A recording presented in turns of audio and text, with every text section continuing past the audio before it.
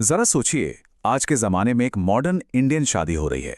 सब कुछ एकदम नया, लेकिन वहां एक 3000 साल पुराना नियम है जिसे मानना ही पड़ेगा। और यही नियम तय करेगा कि ये शादी होगी भी या नहीं। अब पहली नजर में क्या लगता है? यही कि ये कोई जाति पाति से जुड़ा नियम होगा, है ना? लेकिन असल कहानी इससे कहीं ज्यादा गहरी और सच कहूं तो हैरान करने वाली है। ये कोई सामाजिक नियम नहीं है, ये तो एक बायोलॉजिकल टाइम बॉम्ब से जुड़ा है। तो चलिए, आज इसी 3000 साल पुराने एल्गोरिथम के पीछे की साइंस को डिकोड करते हैं। एक ऐसा सिस्टम जो एक ऐसे विरोधाभास को सुलझाने के लिए बनाया गया था जिसके बारे में हमारे पूर्वज तो जानते थे, पर हम आज शायद भूल चुके हैं। तो ये समस्या छिपी है पुरुषों के जेनेटिक कोड में। हाँ, वाई क्रोमोसोम में। ये हमारे पूरे ह्यूमन जीनोम का, आप कह सकते हैं, सबसे नाजुक, सबसे कमजोर हिस्सा है। और एक चौंकाने वाली बात यह है कि ये धीरे धीरे खत्म हो रहा है।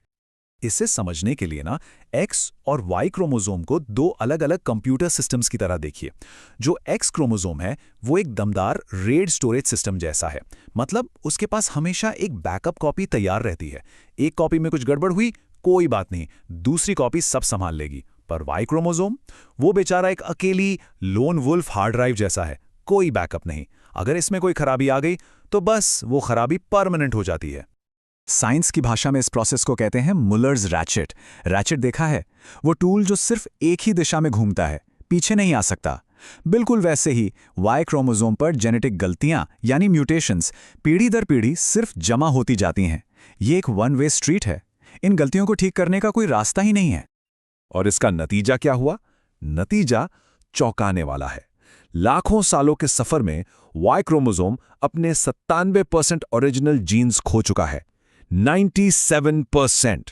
ये एक धीरे धीरे मिटता हुआ जेनेटिक कोड है। तो सवाल ये उठता है कि हमारे प्राचीन ऋषियों ने इस जेनेटिक तबाही को रोकने के लिए क्या किया? उन्होंने एक बहुत ही इंजीनियस, एक बहुत ही शानदार सिस्टम बनाया। एक ऐसा सिस्टम जिसे आज हम गोत्र के नाम से जानते हैं। और ये बस कोई पुरानी परंपरा नहीं थी। ये उस जमाने का इस बायोलॉजिकल प्रॉब्लम के लिए एक प्री मॉडर्न सॉल्यूशन था। देखिए, गोत्र सिस्टम असल में एक तरह का जेनेटिक डेटाबेस ही तो था। इसका काम था उस नाजुक वाई क्रोमोसोम की पूरी वंश रेखा को ट्रैक करना। जो 8 मुख्य ऋषि थे, सप्तऋषि और अगस्त्य, उन्हें आप आज की जेनेटिक भाषा में हैप्लोग्रुप फाउंडर्स कह सकते हैं। और सबसे कमाल की बात, ये एक डिसेंट्रलाइज्ड, मतलब एक ऐसा एनालॉग डेटाबेस था जिसे कोई एक अथॉरिटी नहीं, बल्कि पूरा का पूरा समाज मिलकर मेंटेन करता था। और यहीं पर एक बहुत बड़ी गलतफहमी को दूर करना जरूरी है। देखिए, गोत्र और जाति ये दोनों एक चीज नहीं है, बल्कि गोत्र तो जाति व्यवस्था के अंदर एक जेनेटिक फायरवॉल की तरह काम करता था। कैसे?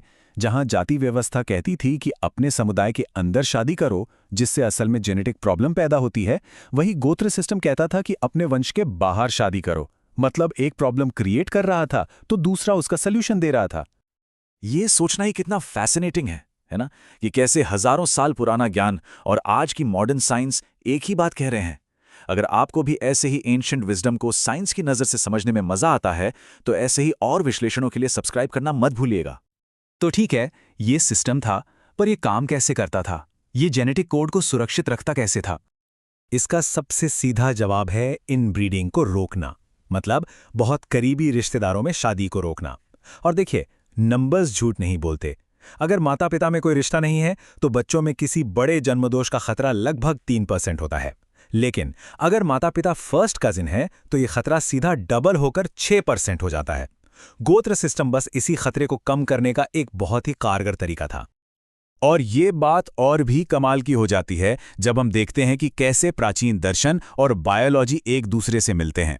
देखिए, हिंदू दर्शन में पुरुष को स्थिर चेतना माना गया है और शक्ति को गतिशील, बदलने वाली ऊर्जा। अब इसे बायोलॉजी से मिलाइए। वाई क्रोमोसोम कैसा है? स्थिर और धीरे धीरे खत्म होने वाला, बिल्कुल पुरुष तत्व की तरह।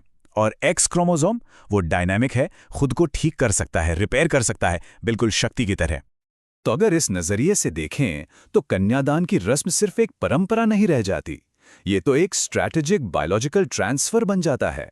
ये असल में शक्ति का दान है। मतलब एक्स क्रोमोसोम की उस रिपेयर करने की क्षमता को एक ऐसे नाजुक पुरुष वंश में भेजना जिसे इसकी सख्त जरूरत है, ताकि वो वंश जेनेटिकली खत्म ना हो जाए। अच्छा, अब जरा देखते हैं कि ये प्राचीन कोड आज के मॉडर्न साइंटिफिक आइडियाज के साथ कैसे फिट बैठता है। चलिए एक छोटी सी मैथ पजल सॉल्व करते हैं। हमारे 2 माता पिता होते हैं, 4 दादा दादी, 8 परदादा परदादी, सही है। अब इसी तरह अगर हम 30 पीढ़ी पीछे चले जाएं, मतलब करीब 1000 साल पहले, तो हिसाब से हमारे कितने पूर्वज होने चाहिए? 1 अरब से भी ज्यादा। लेकिन यहीं पर एक प्रॉब्लम है, ये तो इम्पॉसिबल है, क्योंकि 1000 साल पहले तो पूरी दुनिया की आबादी करीब 30 करोड़ थी। तो फिर हमारे 1 अरब पूर्वज कहां से आए? इस पहेली का जवाब है पेडिग्री कोलैप्स। मतलब हमारा जो फैमिली ट्री है ना, वो एक पिरामिड की तरह हमेशा ऊपर की तरफ फैलता ही नहीं जाता। ये असल में एक हीरे या डायमंड की शक्ल का है। ये कुछ पीढ़ियों तक तो चौड़ा होता है, लेकिन फिर वापस सिकुड़ने लगता है। ऐसा इसलिए होता है क्योंकि दूर दूर के रिश्तेदार भी आपस में शादी करते हैं और फिर एक ही पूर्वज हमारे फैमिली ट्री में कई अलग अलग लाइनों में दिखने लगता है। और गोत्र सिस्टम का जीनियस यहीं पर है। इसका असली काम इसी पेडिग्री कोलैप्स को धीमा करना था। ये एक ऐसा एल्गोरिदम था जो लोगों को अपने नज़दीकी वंश से बाहर शादी करने पर मजबूर करता था, ताकि जेनेटिक डाइवर्सिटी बनी रहे और पूरा जीन पूल हेल्दी रहे। तो अगर हम इस पूरे प्राचीन सिस्टम को आज की टेक लैंग्वेज में ट्रांसलेट करें तो ये कुछ ऐसा दिखेगा। जो सप्तर्षि संस्थापक थे वो थे वाई हैप्लोग्रुप फाउंडर। गोत्र का नाम था एक जेनेटिक मार्कर या टैग। प्रवर यानी पूर्वजों की लिस्ट एक तरह का वेरिफिकेशन चेकसम था। और सगोत्र विवाह पर जो रोक थी वो था एक बायोलॉजिकल फायरवॉल। एक बहुत ही बढ़िया तरीका है इसे समझने का। गोत्र प्रणाली जेनेटिक्स के लिए एक डिस्ट्रीब्यूटेड लेजर टेक्नोलॉजी यानी ब्लॉकचेन की तरह थी। एक ऐसा सिस्टम जिसे कोई एक राजा या संस्था कंट्रोल नहीं करती थी, बल्कि पूरा समुदाय उसे मेंटेन करता था, उसे सुरक्षित रखता था।